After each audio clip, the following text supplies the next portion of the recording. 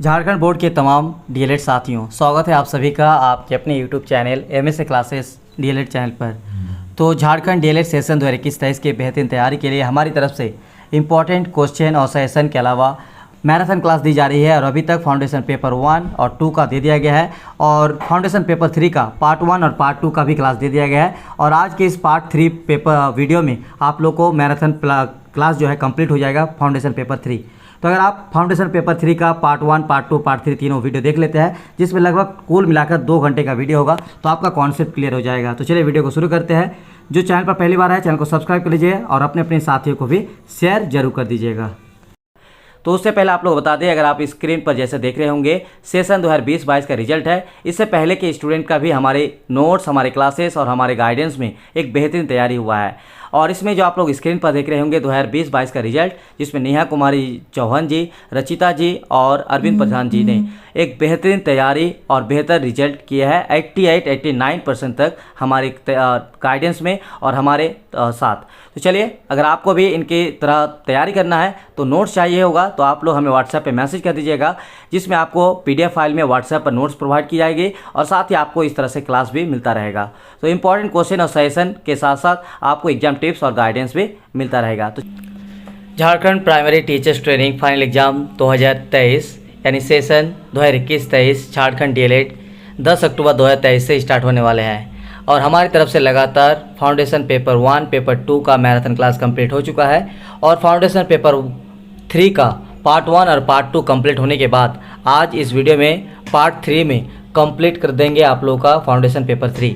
और मुझे उम्मीद है, और अगर आप तीनों वीडियो को देख लेते हैं फाउंडेशन पेपर 3 का पार्ट 1, पार्ट 2, पार्ट 3, जिसमें मैक्सिमम आपको 2 घंटे का समय देना है, तो इस 2 घंटे में आपका पूरा पेपर को लेकर जो कॉन्सेप्ट है वो क्लियर हो जाएगा और आपकी तैयारी भी आसान हो जाएगी। तो जो चैनल पर पहली बार है, चैनल को सब्सक्राइब कर लीजिएगा और लिंक अपने अपने साथियों को शेयर कर दीजिएगा। इतना तो रिक्वेस्ट है आप लोगों से। और लाइक करके आप लोग कमेंट जरूर कीजिएगा कि आप लोगों को क्लास कैसा लग रहा है। तो चलिए, आज के इस स्पेशल क्लास फाउंडेशन पेपर 3 में विद्यालय संगठन निर्देशन में परामर्श का यानी school organisation guidance and counselling का पार्ट 3 में आपको 3 इंपॉर्टेंट टॉपिक्स और उसका क्वेश्चन आंसर के साथ मैराथन क्लास देंगे, जो आपके एग्जाम की दृष्टि से बहुत इंपॉर्टेंट है। तो चलिए, बाकी जिनको ये टाइपिंग नोट्स चाहिए आप हमें व्हाट्सएप पे मैसेज कर दीजिएगा और आपको ये नोट्स प्रोवाइड की जाएगी, साथ में आपको डिटेल्स भी दे दिया जाएगा। तो पहला टॉपिक आप लोग को टोटल अभी तक जो है 7 टॉपिक कर दिया गया है और इसमें आप लोगों को आज जो है इम्पॉर्टेंट कुछ टॉपिक्स है छूटा हुआ, उसको कंप्लीट करेंगे। तो स्टार्ट करेंगे आज 7वां टॉपिक्स, जिसमें निर्देशन, और दूसरा है 8वां टॉपिक नंबर 8, वो है परामर्श। तो निर्देशन और परामर्श से रिलेटेड हर बार कोई ना कोई क्वेश्चन जरूर देखने को मिलता है, तो इस बार भी आप लोगों के लिए बहुत इंपॉर्टेंट है। तो चलिए, इसका भी क्लास आप लोग को कंप्लीट करते हैं, ठीक है। तो निर्देशन, जिसको इंग्लिश में नाम दिया गया है गाइडेंस, और इसके अलावा एक और आपको यहाँ पे टॉपिक दिखा देते हैं। ये दोनों एक जो क्वेश्चन है और टॉपिक है बहुत इंपॉर्टेंट है। दूसरा है परामर्श यानी काउंसलिंग।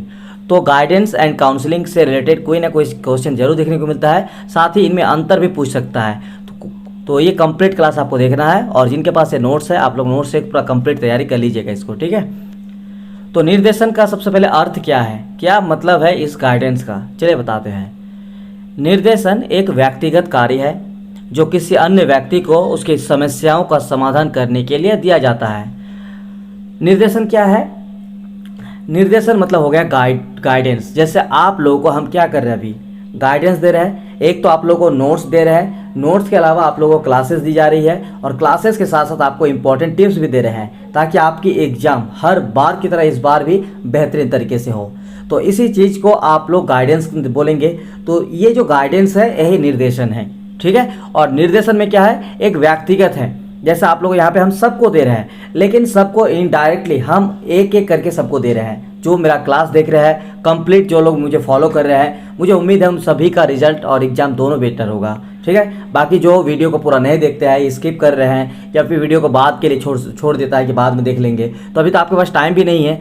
सिर्फ और सिर्फ आपके पास मैक्सिमम 1 हफ्ता भी समय नहीं बचा है। तो ऐसे में आपको पूरा का पूरा वीडियो अगर आप देखते हैं, पूरा नोट्स पढ़ते हैं, मेरे इंपॉर्टेंट क्वेश्चन और सजेशन अगर आप फॉलो कर लेते हैं, तो मुझे पूरा उम्मीद है कि आप लोग का एग्जाम बेहतर से बेहतर होने वाला है। तो इस तरह से हम आप लोग को क्या करते हैं, गाइडेंस देते हैं। तो यही है गाइडेंस, क्या है, एक पर्सनल चीज़ है, यानी व्यक्तिगत कार्य है जो किसी अन्य व्यक्ति को उसकी समस्याओं का समाधान करने के लिए दिया जाता है। यानी अभी आपके पास क्या समस्या है, आपका डीएलएड का फाइनल एग्जाम, और इस समस्या के समाधान के लिए आपको जो भी चीज़ देना होता है वो आपको देते रहते हैं। जैसे आप लोगों को बहुत सारे स्टूडेंट जो स्पेशली जितने भी अभी वीडियो देख रहे हैं खास करके, वो सभी नोट्स से पढ़ रहे हैं मैक्सिमम। तो जिनको नोट्स दिया गया है, नोट्स के अलावा भी आप लोगों के लिए अलग से ग्रुप बनाया गया है, उसमें हम एग्जाम टिप्स बताते रहते हैं कि आपको क्या करना है। कोई नया क्वेश्चन का आंसर चाहिए होता है तो हम अलग से आपको पीडीएफ ग्रुप में भी दे देते हैं कि आप लोग इसको भी पढ़ लीजिए। तो इस तरह से आप लोगों को गाइडेंस करते रहते हैं। तो ये एक व्यक्ति अन्य व्यक्ति को क्या करते हैं, उसकी समस्याओं का समाधान करने के लिए दिया जाता है। तो ये है निर्देशन। तो निर्देशन में जो डायरेक्शन देते हैं उसको बोलेंगे निर्देशक। तो यहाँ पे निर्देशक जो है समस्याओं का समाधान स्वयं नहीं करता है। जैसे अभी हम आपके सामने जो समस्या है उसका समाधान के लिए हम आपको क्या कर रहे हैं, गाइडेंस कर रहे हैं, आपको निर्देशन दे रहे हैं कि आप ये कीजिए। अगर आप करेंगे तो ही आपका समस्या का समाधान होगा। अगर आप वीडियो को नहीं देखेंगे, नोट्स को नहीं पढ़ेंगे, तो आपका क्या होगा, तैयारी सही से नहीं हो पाएगा। तो जो हम आपको गाइडेंस कर रहे हैं उसको आपको फॉलो भी करना है। लेकिन ये एक बात है कि निर्देशन जहाँ पे है वहाँ पे निर्देशक जो होती है, जो आपको निर्देश करते हैं, वो जो है समस्याओं का समाधान स्वयं नहीं करता है, बल्कि ऐसी विधियाँ बताता है जिनका प्रयोग करके व्यक्ति उन समस्याओं को स्वयं सुलझा सकता है। जिस व्यक्ति को निर्देशन दिया जाता है वह उसे स्वीकार या अस्वीकार करने के लिए पूर्ण रूप से स्वतंत्र है। जैसे आपको हम गाइडेंस कर रहे हैं कि आप ऐसा कीजिए, आप इंपॉर्टेंट क्वेश्चन देखिए, आप सजेशन देखिए, आप हमारे क्लास को फॉलो कीजिए, आप नोट्स पढ़िए। तो ये हमारे क्या है, आपको निर्देशन है। लेकिन इस चीज़ को करना ना करना वो आप पर डिपेंड है। इसको आप स्वीकार भी कर सकते हैं और अस्वीकार भी कर सकते हैं। इसके लिए आप पूरी तरीके से स्वतंत्र हैं। तो शिक्षा मनोवैज्ञानिकों ने निर्देशन के अर्थ में अधिक विशिष्टता लाते हुए कहा है कि यह एक ऐसी प्रक्रिया है जिसमें एक व्यक्ति को किसी जानकार एवं विशेषज्ञ द्वारा इस प्रकार की सहायता प्रदान की जाती है कि वह अपनी सभी तरह की क्षमताओं एवं योग्यताओं, चाहे वह जन्मजात हो या अर्जित हो, को समझकर अपनी जिंदगी की विभिन्न समस्याओं का समाधान करने में सफलतापूर्वक उपयोग कर पाता है। निर्देशन में क्या होता है कि कोई एक व्यक्ति अन्य व्यक्ति को निर्देश करते हैं, गाइडेंस देते हैं, और उन सभी चीज़ों को अपनी क्षमता, अपनी योग्यता के अनुसार उन समस्याओं को जो है सुलझाने में वो खुद में क्या करते हैं, तैयार रहते हैं और उसको उपयोग करते हैं। शिक्षा में निर्देशन का क्या अर्थ है? तो शिक्षा में निर्देशन का अर्थ है छात्रों को स्वयं को समझने और स्थापित करने के लिए प्रेरित करना है, जिससे वे अपने अंदर प्राप्त किए जा सकने वाले उद्देश्यों का निर्धारण करने की योग्यता का विकास कर सके। तो अगर शिक्षा की बात की जाए तो शिक्षा में निर्देशन बहुत ज़रूरी है। अगर कोई टीचर्स क्लास में पढ़ा रहा है तो वहाँ पे गाइडेंस बहुत इंपॉर्टेंट है। अभी आप जो है, अभी आप क्या है, एक स्टूडेंट की तरह हमारे साथ जुड़े हुए हैं। तो आपको जो हम गाइडेंस कर रहे हैं, जितने भी मेरा यहाँ पे फ्रेंड है, आप सभी, ठीक है, सभी आप मेरे साथी हैं। तो जैसे अभी जो है आप लोग क्लास दे रहे हैं, इसका मतलब आप लोग स्टूडेंट के नाते हमसे जुड़े हुए हैं। तो आपको हम जो गाइडेंस कर रहे हैं उससे क्या हो रहा है कि आपके सामने जो भी समस्या है उस समस्या को सुलझाना आपकी योग्यता और आपकी क्षमता पर है। आप उसको सही तरीके से उसको पढ़ रहे हैं, इसीलिए आपका रिजल्ट भी अच्छा होगा। तो ये इस तरह से आपको जो है आपका विकास कर सकते हैं और अपना यह उपयोग कर सकते हैं निर्देशन का। अब ये जो निर्देशन है इसकी कुछ परिभाषाएं हैं, ठीक है। यहाँ पे टाइपिंग मिस्टेक हुआ है, यहाँ पे निर्देशन ही लिखना है आपको। क्वेश्चन आएगा कि निर्देशन क्या है, इसकी कुछ परिभाषाएं, इसका अर्थ क्या है, तो ये सारा चीज़ बताएंगे। उसके बाद निर्देशन के प्रकार भी पूछता है। तो चलिए एक एक करके आपको समझाते रहता है क्लास। तो जोन्स और कोठारी आयोग दो डेफिनेशन आपको देने जा रहे हैं, दोनों आप लोगों को ध्यान में रखना है। यहाँ पे और भी डेफिनेशन है, 3 डेफिनेशन कम से कम आपको स्किनर का और कोठारी आयोग का, ये दोनों करवा देते हैं, ठीक है, कि निर्देशन की कुछ परिभाषाएं। पहला, कोठारी आयोग के अनुसार निर्देशन किसी विद्यार्थी की शैक्षिक संस्थाओं, घरों में समायोजन के योग्य बनाना तथा उनके व्यक्तित्व के सभी पक्षों में सहायता करना है। स्किनर के अनुसार क्या है, निर्देशन नवयुवकों को अपने से, दूसरों से और परिस्थितियों से सामंजस्य करना सीखने के लिए सहायता देने की प्रक्रिया है। तो ये दोनों डेफिनेशन कम से कम आपको जो है ध्यान में रखना है, इसको एग्जाम में अगर आएगा तो लिखना है। अब ये जो गाइडेंस है, जो निर्देशन है, इसका क्या क्या प्रकार है, तो चलिए यहाँ पे निर्देशन कितने प्रकार के हैं चलिए आपको बताते हैं। यहाँ पे देखिए आपको करना क्या है, सिर्फ पॉइंट याद रखना है, ठीक है। तो टोटल 3 गाइडेंस होते हैं, यानी गाइडेंस निर्देशन को 3 भागों में बांटा गया है। व्यक्तिगत निर्देशन यानी पर्सनल गाइडेंस, उसके बाद है शैक्षिक निर्देशन जिसमें एजुकेशनल गाइडेंस, और तीसरा है वोकेशनल गाइडेंस यानी व्यावसायिक निर्देशन। मोटे तौर पर अगर आपको समझना चाहे तो इसको समझ लीजिए। पर्सनल गाइडेंस में होते हैं कि कोई भी किसी भी तरह की समाज के अंदर या कोई भी किसी भी तरह का कोई किसी को निर्देशन चाहिए, कोई गाइडेंस चाहिए होगा, टिप्स चाहिए होगा, तो जब कोई व्यक्ति एक अन्य व्यक्ति को सीधा उसको पर्सनल तरीके से निर्देश करते हैं, गाइडेंस देते हैं, तो ये पर्सनली गाइडेंस हुआ। वही चीज़ अगर शिक्षा के मामले में निर्देशन किया जाए कि शिक्षा में कौन सी चीज़ अच्छा होगा, इस तरह का निर्देशन दी जाए तो वो शैक्षिक निर्देशन हुआ। और अगर कोई निर्देशन ऐसी हो जो व्यावसायिक तौर पर हो, ठीक है, तो बिजनेस वगैरह में अगर वोकेशनल वगैरह में गाइडेंस दी जाती है तो वो आपका व्यावसायिक निर्देशन है। ये मोटे तौर पर है। चलिए आपको इसको डिटेल्स में बताते हैं। तो शिक्षा मनोवैज्ञानिकों ने निर्देशन को मुख्यतः 3 भागों में बांटा है। व्यक्तिगत निर्देशन यानी पर्सनल गाइडेंस। व्यक्तिगत निर्देशन का तात्पर्य उस प्रक्रिया से है जो व्यक्ति की वैयक्तिक समस्याओं के समाधान में सहायक होती है। व्यक्तिगत निर्देशन के क्षेत्र में हमें स्वास्थ्य संबंधी समस्याएं, संवेगात्मक समायोजन, सामाजिक समायोजन तथा अवकाश और मनोरंजन की समस्याओं को स्थान प्रदान करना चाहिए। सामाजिक समायोजन के अंतर्गत व्यक्तियों की आर्थिक समस्याओं को स्थान दिया जाता है। व्यक्तिगत निर्देशन के 4 प्रमुख पक्ष क्या क्या है? तो सामाजिक, पारिवारिक, शारीरिक तथा मानसिक। देखिए यहाँ पे ये बहुत इजी चीज़ है। व्यक्तिगत निर्देशन मतलब जब आप किसी व्यक्ति के साथ अपने पारिवारिक या फिर सामाजिक या अपने शारीरिक और मानसिक चीज़ों को बताएंगे तो वो बताएंगे आपको कि आपकी शारीरिक, मानसिक, सामाजिक और पारिवारिक स्थिति को कैसे इन समस्याओं का समाधान कर सकते हैं। इस तरह का अगर आप गाइडेंस कोई अगर आपको देते हैं तो ये हो गया आपका व्यक्तिगत निर्देशन यानी पर्सनल गाइडेंस। ठीक है, तो इसमें इसका पक्ष क्या क्या है? सामाजिक, पारिवारिक, मानसिक तथा शारीरिक। इन सभी क्षेत्रों में उत्पन्न समस्या है जैसे स्वास्थ्य, संवेग, धार्मिक, सामाजिक, सामंजस्य। दूसरा है शैक्षिक निर्देशन। जैसे कि आप लोग बता दें, स्कूल कॉलेजों में जो निर्देशन प्रक्रिया होती है उसी को बोलते हैं शैक्षिक निर्देशन। तो शैक्षिक निर्देशन वह है जहां स्कूल के कार्यों पर निर्देश, परीक्षण एवं परामर्श के माध्यम से राय देने तथा सहायता पहुंचाने पर बल डाला जाता है। शैक्षिक निर्देशन एक सर्वमान्य प्रक्रिया है। सभी विद्वानों ने इसे एक मत से स्वीकार किया है। यह व्यक्ति की अपनी शिक्षा के लिए उपयुक्त परिवेश चुनने में सहायता करता है। व्यक्ति के शैक्षिक कार्यक्रम को विचारपूर्ण ढंग से नियोजित करने में शैक्षिक निर्देशन सहायक होता है। तो शैक्षिक निर्देशन मतलब शिक्षा के अंतर्गत जो निर्देशन दी जाती है, और व्यावसायिक मतलब व्यावसायिक जो दी जाती है। ठीक है, तो ये तीनों चीज़ आप लोगों को समझा दी है। अब आते हैं निर्देशन का महत्व और आवश्यकता क्या है।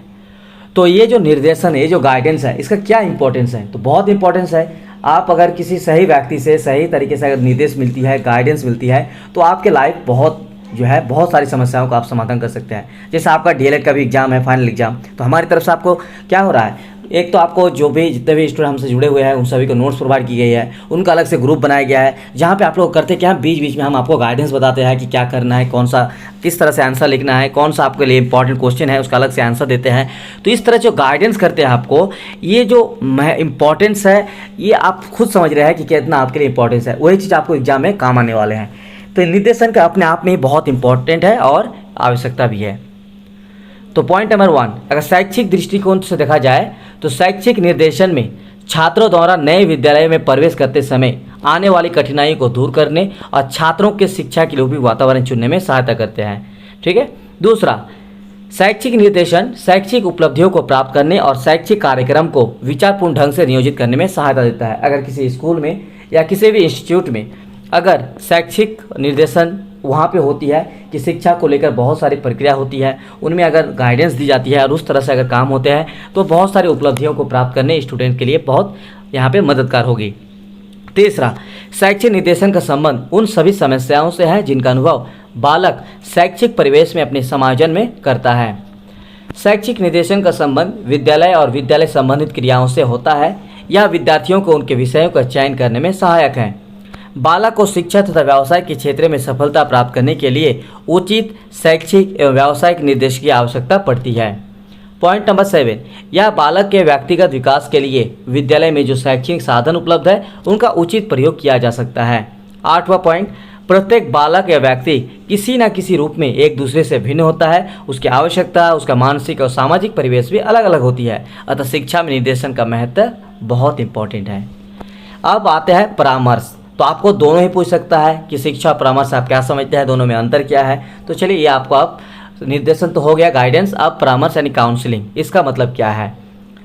तो काउंसलिंग का अर्थ, परिभाषा, विशेषता और प्रकार, चारों चीज़ें बताएंगे। वीडियो को लास्ट तक जरूर देखिएगा। अपने साथियों को शेयर कीजिए। आप लोग लाइक बहुत कम करते हैं, ठीक है? आप लोग लाइक जरूर कर दीजिएगा। और वीडियो आप लोग कैसा लग रहा है ये जरूर आप लोग कमेंट सेक्शन में लिखिएगा, ताकि आने वाले दिनों में और आप लोगों के लिए बढ़िया से हम तैयारी करा सकें। परामर्श शब्द अंग्रेजी के काउंसलिंग शब्द का हिंदी रूपांतरण है, जो लैटिन के कॉन्सिलियम से बना है, जिसका शाब्दिक अर्थ है सलाह लेना या परामर्श लेना। ऑटोमेटिक काउंसलिंग का अर्थ जो वर्ड है, इसका मतलब ही परामर्श है, और परामर्श मतलब सलाह लेना होती है। और ये कौन से लैंग्वेज से आया है? तो लैटिन लैंग्वेज से, और वो वर्ड है कॉन्सिलियम।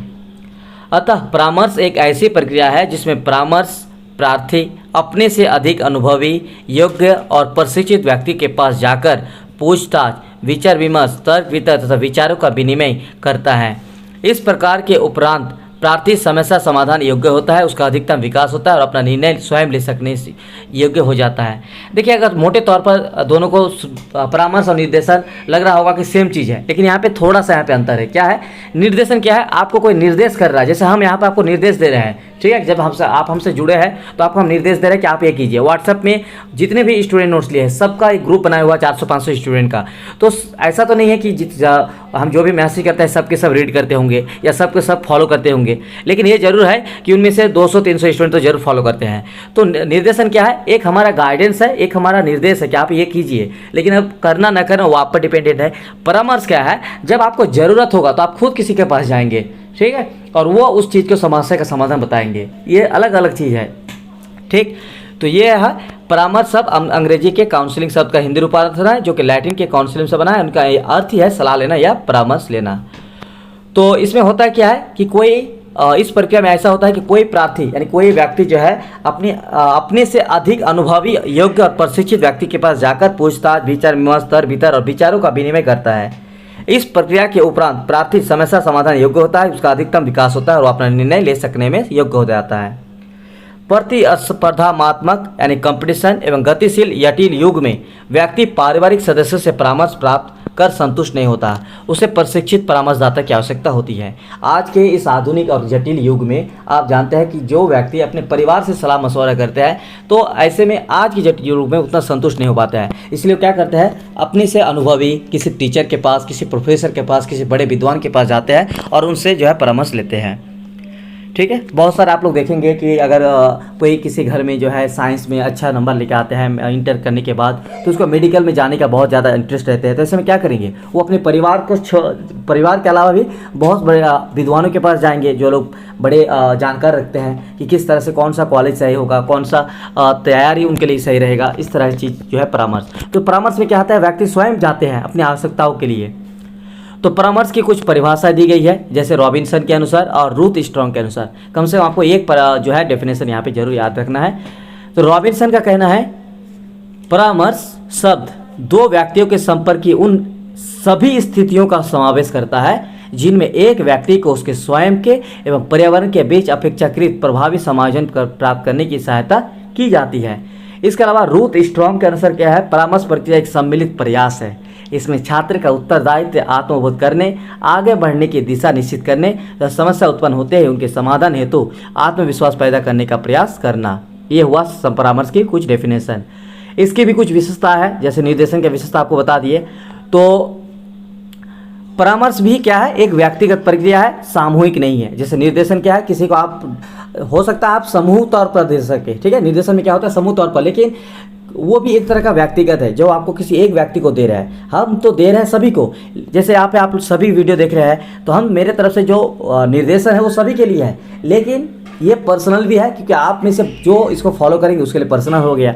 तो और परामर्श क्या है? ये ऑलरेडी ये इतना व्यक्तिगत है कि ये किसी एक के पास ही जाकर इसको प्राप्त कर सकेगा। ये सामूहिकता नहीं है। परामर्श विज्ञान एवं कला दोनों है। परामर्श विज्ञान एवं कला दोनों है। इसमें दोनों के तत्व का सुंदर समावेश मिलता है। परामर्श प्रक्रिया में केवल दो व्यक्तियों का संपर्क होता है। यदि दो व्यक्तियों से अधिक के बीच विचार विमर्श होता है तो परामर्श नहीं है। अगर 2 से ज़्यादा व्यक्ति आ जाएगा तो ऐसे में वहाँ आप लोग परामर्श करेंगे। मान लीजिए आप और अपना कोई फ्रेंड जो है बैठे हुए हैं, किसी सीरियस मैटर को लेकर चर्चा कर रहे हैं, डिस्कस कर रहे हैं, वहाँ पे 1-2 और आदमी आ गया, क्या आप उस मैटर को और बात करेंगे? नहीं करेंगे। तो परामर्श की एक विशेषता है कि वहाँ पे सिर्फ और सिर्फ 2 व्यक्ति के बीच ही होती है। अगर तीसरा चौथा आ जाता है तो फिर परामर्श नहीं कहलाएगा। परामर्श निर्देशन की ही एक विधि है। देखिए ये पॉइंट बहुत इंपॉर्टेंट है, अब आप लोगों को समझ में आ रहा होगा। निर्देशन क्या है? समूह सामूहिक तौर पर दी जा सकती है, लेकिन कोई एक व्यक्ति के लिए है। जैसे आप लगभग यहाँ पे 100 वीडियो देख रहे हैं, 1000 वीडियो देख रहे हैं, तो हम हजारों के तो यहाँ पे गाइडेंस दे रहे हैं, हजारों को। ग्रुप में, व्हाट्सएप ग्रुप में 400-500 स्टूडेंट हैं, हम सभी को जो है आप लोग को हम गाइडेंस दे रहे हैं, लेकिन उनमें से जिसको भी दे रहे हैं पर्सनली सबको अपना अपना ले रहे हैं। तो इस तरह से वो सामूहिक क्या है कि हो रहा है सामूहिक तौर पर, लेकिन ले रहा है कोई व्यक्तिगत, तो वो भी व्यक्तिगत है। और परामर्श जो है निर्देशन का ही एक पार्ट है, ठीक है। तो परामर्श निर्देशन की एक विधि है, अतः यह एक निर्देशीय प्रक्रिया है। परामर्श में परामर्शदाता अपने निर्णय या विचार भी परामर्शदाता पर लाता नहीं है। और इसमें भी सेम है, परामर्श जब आप किसी के पास परामर्श लेने जाएंगे तो वो बोल देगा आपको ये आप कीजिए, ये आपके लिए बेहतर होगा। तो ऐसा जरूरी नहीं है कि वो जो बोल दिया तो उसको करना ही है, वो आप पर डिपेंड है। वो आप अपना सोच, अपना तर्क, अपना विचार, अपनी सोच से उसको जो है पूरा करते हैं कि नहीं, वो आप पर डिपेंड होगा। इसी तरह से परामर्श प्रक्रिया परामर्श प्रार्थी केंद्रित होती है, जिसमें पारस्परिक विचार, वार्तालाप, तर्क वितर्क द्वारा प्रार्थी इसको योग्य बनाता है और अपने स्वयं के लिए निर्णय लेने में समर्थ हो सके। तो इसी तरह से शिक्षा में भी परामर्श बहुत इंपॉर्टेंट रखता है।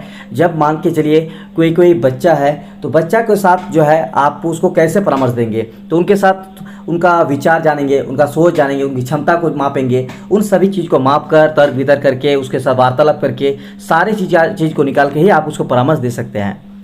परामर्श प्रक्रिया व्यक्ति को आत्मनिर्भर बनाती है एवं उसमें आत्मविश्वास उत्पन्न करती है। चलिए, अब जिस तरह से निर्देशन के कितने प्रकार है? 3 प्रकार है। तो परामर्श के भी 3 प्रकार है और परामर्श निर्देशन का ही एक प्रकार है। ये आप लोग को निर्देशन के एक अंग है। तो बहुत सारे विद्वानों ने इसको 3 भागों में बांटा है। एक है निर्देशात्मक परामर्श, दूसरा है अनिर्देशात्मक और तीसरा है समन्वित परामर्श। एक एक करके आपको बताते हैं। निर्देशात्मक क्या है? इस प्रकार के परामर्श में परामर्शक ही संपूर्ण प्रक्रिया का निर्णायक होता है, ठीक है। प्रत्याशी परामर्शदाता के आदेशों के अनुकूल अपने को ढालता है। इसे कभी कभी आदेशात्मक परामर्श भी कहते हैं। इस क्रिया के मूल में परामर्शक ही रहते हैं।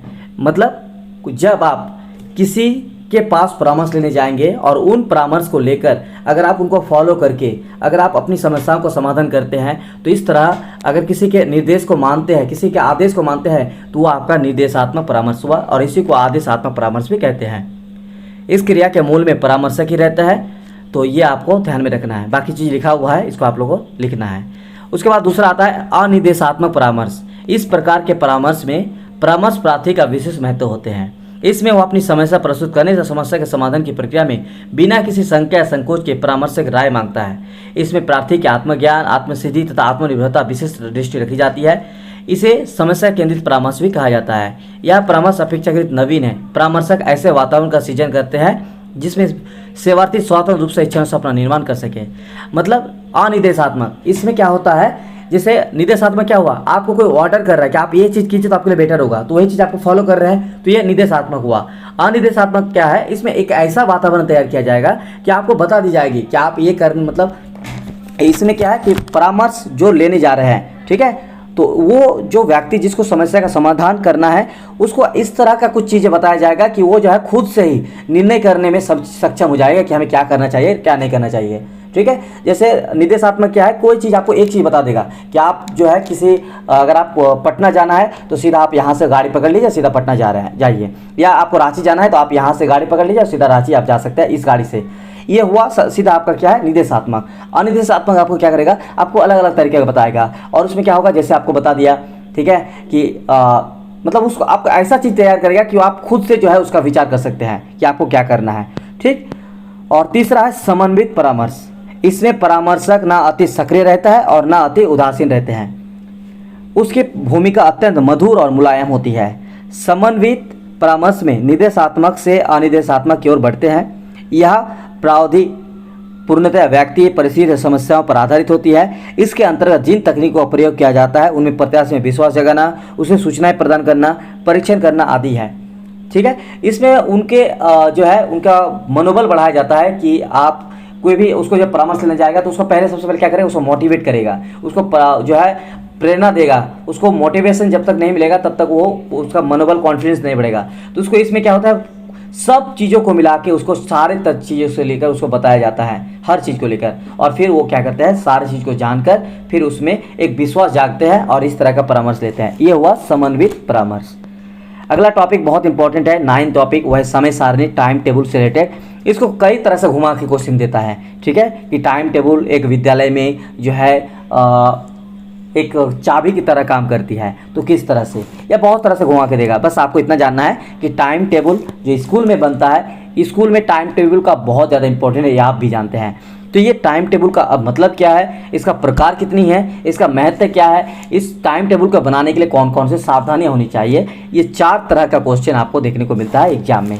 तो चलिए, इस टाइम टेबल से आपको किसी भी तरह का क्वेश्चन पूछे, चाहे उसका महत्व पूछ ले, सावधानियाँ पूछ ले, या उसका प्रकार पूछ ले, 3 क्वेश्चन आपको अलग अलग तरीके पूछ सकता है। तो आपको जो क्लास देने जा रहा है ये बहुत इंपॉर्टेंट है। सबसे पहले बताएंगे आप लोगों को यहाँ पे टाइम टेबल का मीनिंग क्या है। तो प्रशासन की दृष्टि से समय सारणी एक महत्वपूर्ण लेखा है। यदि विद्यालय के कार्य सुव्यवस्थित एवं सफलतापूर्वक चलाना है तो विद्यालय के संपूर्ण कार्य की एक विस्तृत समय सारणी होगी, जिसमें शिक्षण संबंधी क्रियाओं और पाठ्यक्रम सहगामी क्रियाओं का आदि के लिए समय निश्चित कर दिया जाता है। यानी अगर विद्यालय आपका 9 बजे से लेकर 4 बजे या 3 बजे तक चलने वाला है, तो इस दौरान इस टाइम के अंदर मैनेजमेंट करना जरूरी होते हैं। टाइम टेबल अगर मान लीजिए आप नहीं रहेगा, तो आप कल्पना कीजिए, अगर स्कूल कॉलेज में अगर टाइम टेबल नहीं रहेगा तो कौन टीचर कब कितना बजे जाएगा, कौन टीचर आएगा, कोई भी नहीं रहेगा। तो इसलिए टाइम टेबल का बहुत ज़्यादा इंपॉर्टेंट है स्कूल में, और किसी भी स्कूल को सही तरीके से संचालित करने के लिए टाइम टेबल बहुत इंपॉर्टेंट है। समय सारणी के निर्माण में प्रधान अध्यापक को बड़ी सावधानी भी रखनी होती है, क्योंकि टाइम टेबल को सबसे ज़्यादा मेंटेन कौन करता है, तो एक प्रिंसिपल या हेडमास्टर करते हैं, और उसमें अध्यापकों की सहायता लेनी होती है। ऐसा नहीं है कि अपने मन मर्जी जो है हेडमास्टर बना दिया कि जाओ तुमको इस क्लास में इतना बजे जाना है, इस क्लास में इतना बजे जाना है। उसमें टाइम टेबल बनाते समय बहुत सारी सावधानी बरतनी पड़ती है, जो आपको इसी वीडियो में लास्ट तक बताएंगे। और उससे रिलेटेड क्वेश्चन भी आता है कि कोई भी स्कूल में अगर टाइम टेबल बनाते हैं, उसमें कौन कौन से सावधानी अपनाई जाती है वो। तो समय सारणी या टाइम टेबल बनाने के लिए जो है इसमें प्रधान अध्यापक के साथ साथ अध्यापक की भी सहायता लेनी होती है, ठीक है, क्योंकि किसी भी स्कूल के सफल संचालन के लिए ये बहुत ज़रूरी है। तो इसमें यह भी देखा जाता है कि शक्ति और समय का ह्रास ना हो और छात्रों को व्यक्तित्व के विकास के अवसर मिलते हैं। विद्यालय विभिन्न कक्षाओं में विभाजित होता है और विद्यालय का समय सीमित होता है। इस सीमित समय को इस प्रकार विभाजित किया जाता है कि विद्यालय में पढ़ाए जाने वाले विषय, खेलकूद और अन्य पाठ्यक्रम सहगामी क्रियाओं की व्यवस्था हो सके। चलिए, अगला है समय सारणी का निम्नलिखित महत्व है। तो समय सारणी द्वारा विद्यालय के संपूर्ण कार्यक्रम तथा विभिन्न गतिविधियों को समुचित स्थान मिलता है, ठीक है। समय सारणी का कितना इंपॉर्टेंस है, तो आप जानते हैं कितना इंपॉर्टेंस, सब कुछ यहाँ पे बता दिए। ये सब पॉइंट आपको ध्यान में रखना है और ये पॉइंट आपको लिखना है एग्जाम में। अगर आपको इसको तैयारी आप अपने से कर रहे हैं तो इसको क्या करना है, कॉपी में नोट कर लीजिए। पॉइंट नंबर 1, टाइम टेबल यानी समय सारणी जो है, इसके द्वारा विद्यालय के संपूर्ण कार्यक्रम और जितनी सारी गतिविधियाँ एक्टिविटी है समुचित स्थान मिलता है, ठीक है। खेलकूद से लेकर कब छुट्टी होगा, कब टिफिन दिया जाएगा, ये सारा चीज़। दूसरा, इसके द्वारा अध्यापक और छात्रों को अपने निर्धारित समय का ज्ञान भी होते हैं। तीसरा, समय सारणी कार्य की पुनरावृत्ति और अराजकता को रोकने में सहायक होती है। चौथा, समय सारणी इस बात का ज्ञान कराती है कि किस समय कौन सा कार्य करना है, अतः समय और शक्ति की अपव्यय की संभावना नहीं रहती है। पांचवा, समय सारणी द्वारा यह अनुमान लगाया जा सकता है कि किस अध्यापक को किस मात्रा में कितना और कैसा कार्यभार सौंपा गया है। यदि किसी अध्यापक को कम कार्यभार सौंपा गया है तो उसे अधिक दिया जा सकता है, और जिसे अधिक सौंपा गया है उसके भार को हल्का किया जा सकता है। और ये सारा चीज़ टाइम टेबल के आधार पर ही किया जा सकता है, ठीक है। इसीलिए आपको क्या बताया, किसी भी स्कूल को सफल संचालन के लिए टाइम टेबल बहुत जरूरी है। इसके द्वारा विद्यालय में पढ़ाए जाने वाले विभिन्न विषयों को सुविधा अनुसार समय भी मिल जाता है। 7वां नंबर, समय सारणी की रचना में रुकावट को दूर करने तथा मस्तिष्क को ताज़ा रखने के सिद्धांतों को ध्यान में रखा जाता है। इस प्रकार यह मनोवैज्ञानिक सिद्धांतों को पूर्ति करता है। तो ये क्लासेस चल रहा है अभी, सेशन 2021-23, आने वाले सेशन 20-22 हो, 23-24, 23-25 हो, ठीक है, या अभी आपका 23-25 सेशन आने वाले हैं, 22-24 का भी एग्जाम आने वाला है अगले साल। तो जितने भी साथी अपने शेयर कीजिएगा अपने दोस्तों को, ताकि आने वाले दिनों में और नया अपडेटेड नोट्स भी बनेगा, जिसमें आपको साल भर आप कॉलेज में जो भी पढ़े नहीं पढ़े, लेकिन अगर आप हमसे एग्ज़ाम से लगभग 2-3 महीना पहले भी जुड़ जाएंगे, तो 3-4 महीना पहले, तो आपका तैयारी को लेकर किसी भी तरह का कोई टेंशन नहीं होगा। और आने वाले दिनों में जो नोट्स होगा वो पूरा कंप्लीट नोट्स बनाया जाएगा, जिसमें अब सेशन के लिए जो है और उसके लिए क्लास भी अब रेगुलर बीच बीच में आता रहेगा। तो जो भी सेशन 22-24 में है उनको शेयर कीजिएगा, और जो अगर वीडियो देख रहे हैं तो आप लोग चैनल को सब्सक्राइब कर रखिएगा और हमें व्हाट्सएप में कांटेक्ट कर लीजिएगा, ठीक है, जितना भी 22-24 के सेशन के होंगे, क्योंकि व्हाट्सएप के माध्यम से आपको सारी चीज़ इन्फॉर्मेशन मिलता रहता है। जितने भी हमारे साथ जुड़े हुए हैं उनको स्टेटस के माध्यम से हम बहुत सारी चीज़ उनको बताते रहते हैं, साथ ही ग्रुप में भी स्पेशल चीज़ बताते रहते हैं। और टेलीग्राम में जो भी ज्वाइन नहीं किया है अभी तक, स्पेशल डीएलएड स्टूडेंट्स, आने वाले समय में अगर जेटेड से रिलेटेड कोई भी जानकारी भी आएगी तो आपको टेलीग्राम चैनल पर ही मिलेगा। तो डिस्क्रिप्शन में लिंक है, आप लोग बस लिंक को क्लिक कीजिए, टेलीग्राम जहाँ लिंक होगा बस अपने आप जो है क्रोम से होते हुए सीधा आपको टेलीग्राम चैनल पर पहुँच जाएंगे, तो उसको ज्वाइन कर लीजिएगा। अब क्वेश्चन पूछा जाता है कि टाइम टेबल के प्रकार क्या है, तो 3 तरह के टाइम टेबल बनाया जाता है, एक टीचर वाइज, एक क्लास वाइज और एक सब्जेक्ट एक्टिविटीज़ के वाइज। तो ये तीनों चीज़ के बारे में आपको एक्सप्लेन करने के लिए आ सकता है, तो इसको लिख लेना है। अब ये जो समय सारणी बनाया जाता है इसका उद्देश्य क्या है, इसका इंपॉर्टेंस तो हम लोग जान गए कि ये क्या क्या करता है। अब इसका उद्देश्य क्या है, कौन सी चीज़ को पूरा करने के लिए किया जाता है। पहला जितना पॉइंट है इसको कॉपी में नोट करते रहिए और हम समझाते रहते हैं आप लोगों को, ठीक है। विद्यालय के विद्यार्थियों को वर्ष भर कार्य में व्यस्त रखना। पहला काम क्या है, अगर समय सारणी रहेगा तो बच्चों को समझ में आता है कि इस महीने में हमें ये पढ़ना है, इस दिन को ये पढ़ना है, अगले दिन में ये पढ़ना है। तो इसे पूरा साल भर क्या करता है, बच्चों को व्यस्त रखते हैं। विद्यालय के पाठ्यक्रम को निर्धारित समय के अंतराल में ही पूर्ण करना, जो सिलेबस होते हैं, ठीक है, उसको समय पर कंप्लीट करना भी बहुत जरूरी है, और वो टाइम टेबल के आधार पर ही पूरा करना होगा। तो इसका उद्देश्य दूसरा है। तीसरा, विद्यालय की समय सारणी के अंतर्गत शिक्षकों को उनकी मानसिक सामर्थ्य एवं क्षमता के अनुसार अध्यापन कार्य देना। चौथा, विद्यालय के अंतर्गत पाठ्यक्रम का विषय विभाजन बच्चों के मानसिक और शारीरिक स्थिति के अनुरूप ही करना चाहिए। पांचवा, विषय को उसकी उपयोगिता एवं कठिनाई के आधार पर समय एवं स्थान की व्यवस्था करना है। छात्र एवं अध्यापक को अपने कार्य के प्रति सजग बनाना भी है। कम समय में अधिक लाभ उठाना। विद्यालय के अंतर्गत व्यवस्थित एवं योजनाबद्ध कार्य का संचालन करना। विद्यालय में होने वाले पाठ्यक्रम सहगामिनी क्रियाओं का उचित स्थान देना। प्रधान अध्यापक के निरीक्षण कार्य को सरल बनाना। ये सारे चीज़ जो है उद्देश्य है समय सारणी के। अब आते हैं, ये बहुत बड़ा क्वेश्चन है और बहुत इंपॉर्टेंट है और एग्जाम में पूछा जाता है कि एक अच्छा समय सारणी का निर्माण करते समय, अगर एक बेहतर टाइम टेबल बनाते समय कौन कौन सी बातों का ध्यान रखना बहुत ज़रूरी है। ये क्वेश्चन अगर आपको पूछा जाए तो आपको करना क्या है ये आप बताओ, ठीक है। तो चलिए इसके बारे में आपको कंप्लीट करा देते हैं। तो समय सारणी बनाते समय हमें निम्नलिखित बातों पर ध्यान देना बहुत ज़रूरी है। क्या क्या? पहला, समय सारणी जो है सरल और स्पष्ट हो, उसमें किसी भी तरह का कन्फ्यूजन ना हो कि कौन से क्लास में कौन बच्चा कौन टीचर जाएगा, ठीक है। इस तरह का कोई ऐसा चीज़ ना हो कि उससे सरल हो और स्पष्ट हो, उसमें किसी भी तरह का कन्फ्यूजन ना हो। दूसरा, ठीक है, समय सारणी का निर्माण इस ढंग से किया जाए जिससे छात्र जो है सफलतापूर्वक समझ भी सके। दूसरा इसका है, समय सारणी में इस प्रकार की व्यवस्था हो कि छात्रों को प्रत्येक घंटे में एक कक्षा से दूसरी कक्षा में नहीं जाना पड़े, इससे समय की बचत होगी। तीसरा, समय सारणी यानी टाइम टेबल इस प्रकार की होनी चाहिए जिसमें अध्यापक तथा छात्रों के बीच एक प्रकार का संघर्ष ना हो। चौथा, समय सारणी अत्यधिक जटिल ना हो, उसमें लचीलापन भी हो। पांचवा, समय सारणी निर्माण में ग्रामीण आवश्यकताओं को भी ध्यान में रखना चाहिए। और छठा, समय सारणी के निर्माण में इस बात को भी ध्यान रखा जाए कि छात्र और अध्यापक में अधिक संपर्क की भावना हो। ये 6 दिए, बाकी अगर आपको और पॉइंट है तो आप यहाँ से भी उठा सकते हैं, जो कि आप लोगों को समझ यहाँ पे क्लास दे दिया गया है, तो इसको 10 पॉइंट तक आप लेकर जा सकते हैं, ठीक है। अब लास्ट टॉपिक आपको करवाएंगे पुस्तकालय लाइब्रेरी। ये बहुत इंपॉर्टेंट है, पुस्तकालय से रिलेटेड हर बार कोई ना कोई क्वेश्चन देखने को मिला है, तो इंपॉर्टेंट है आपके लिए। तो इस क्लास को लास्ट तक खत्म करेंगे, और अगर आपको और भी क्लास टॉपिक का क्वेश्चन आंसर चाहिए तो आप नोट्स ले सकते हैं, परचेज कर सकते हैं। आप ज़्यादा आप लोगों को फीस नहीं ले जाता, बहुत कम फीस में तैयारी किया जाता है हमारी तरफ से, और आप हमसे व्हाट्सएप पर कॉन्टैक्ट कर सकते हैं 9110 91 15 52। ये आपके लिए बहुत आने वाले दिनों में जेटेट की भी तैयारी करवाने की पूरी संभावना रहेगी, तो आप लोग हमसे जुड़ सकते हैं व्हाट्सएप पर। तो चलिए, लाइब्रेरी यानी पुस्तकालय का कितना रोल है एक स्कूल में, इसके बारे में क्लास कंप्लीट। पुस्तकालय, जिसका अंग्रेजी में हम लोग बोलते हैं लाइब्रेरी। लाइब्रेरी शब्द जो है लैटिन भाषा के लाइब्रेरिया यानी हाउस ऑफ बुक से बना है। कई देशों में लाइब्रेरी के स्थान पर, ठीक है, बाइबियोलॉथिक शब्द का प्रयोग प्रचलन में है, परंतु पुस्तकालय से तात्पर्य है पुस्तकों का संग्रह और उनका रखरखाव। ठीक है, लाइब्रेरी का मतलब हो गया कि कोई पुस्तकालय है, उनका संग्रह और पुस्तक का संग्रह, उनके रखरखाव। अतः पुस्तकालय वह स्थान है जहाँ कई प्रकार के ज्ञान और सूचना के स्रोत विभिन्न स्वरूपों जैसे पुस्तकें होती है, पत्र पत्रिकाएं होती है, मैप होती है, हस्तलिखित ग्रंथ होती है, ग्रामोफोन रिकॉर्ड होती है, ये सभी चीज़ और वहाँ पे संग्रहित रहते हैं।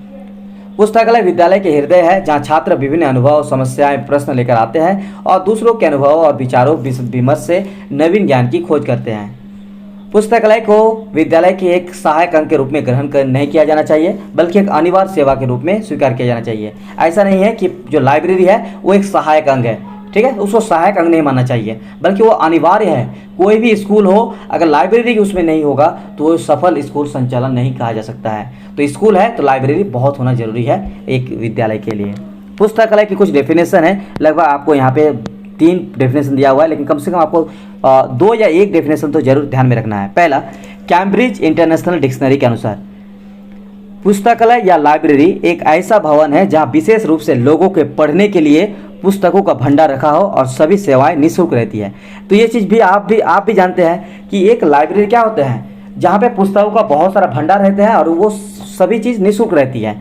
तो आपको ये जो है बस आपका ध्यान में रखना है, कैम्ब्रिज इंटरनेशनल डिक्शनरी, ठीक है, तो वही चीज़ उन्होंने बताया। दूसरा, ऑक्सफोर्ड इंग्लिश डिक्शनरी, इनका क्या कहना है, तो देखिए कैम्ब्रिज और ऑक्सफोर्ड दोनों अपने आप में एक महान, मतलब बहुत बड़े ये इंस्टीट्यूट है, बहुत बड़े ये जो है यूनिवर्सिटी है। तो इसके बारे में आप लोग ध्यान में रखना, दोनों का नाम क्या है, एक है कैम्ब्रिज इंटरनेशनल डिक्शनरी और एक है ऑक्सफोर्ड इंग्लिश डिक्शनरी।